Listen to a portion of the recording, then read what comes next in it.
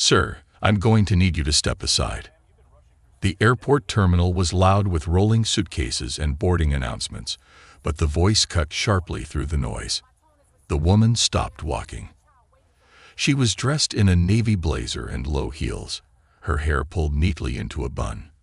Her phone was pressed to her ear, her voice tight with urgency. "Yes, I'm almost there. Please tell the social worker I'm on my way." "Ma'am," the officer repeated, stepping in front of her. "Step aside. Now." Several travelers slowed down to watch. The woman lowered her phone slowly. "Is there a problem, officer?"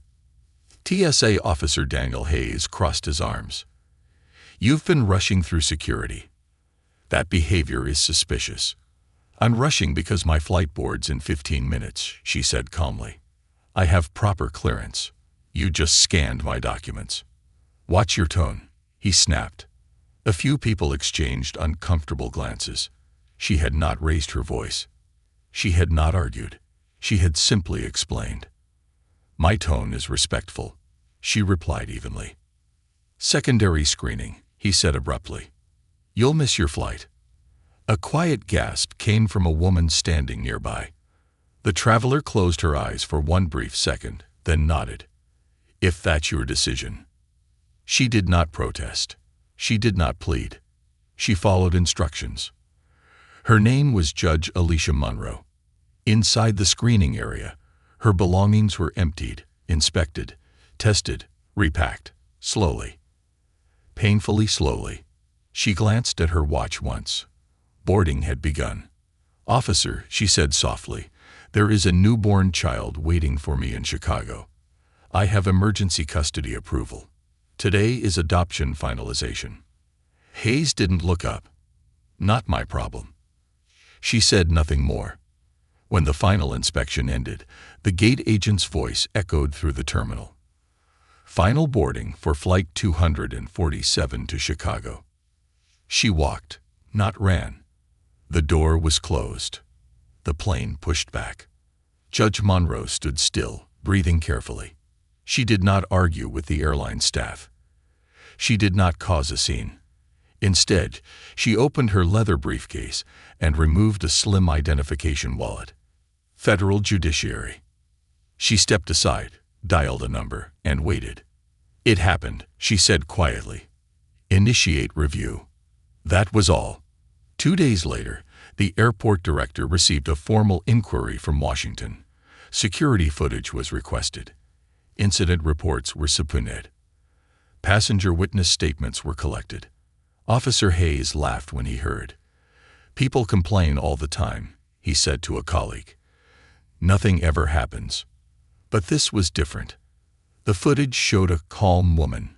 It showed no aggression, no threat, only authority used without justification.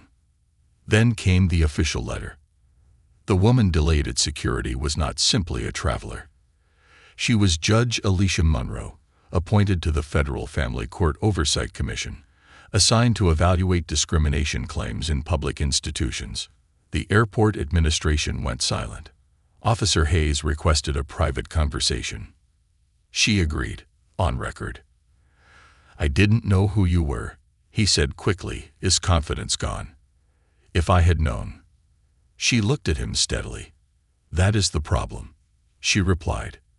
"You shouldn't need to know." He swallowed.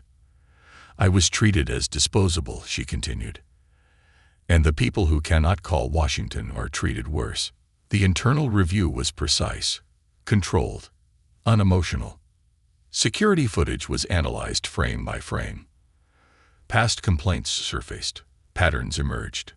Judge Monroe spoke only once during the hearing. "Authority is not volume," she said. "It is responsibility."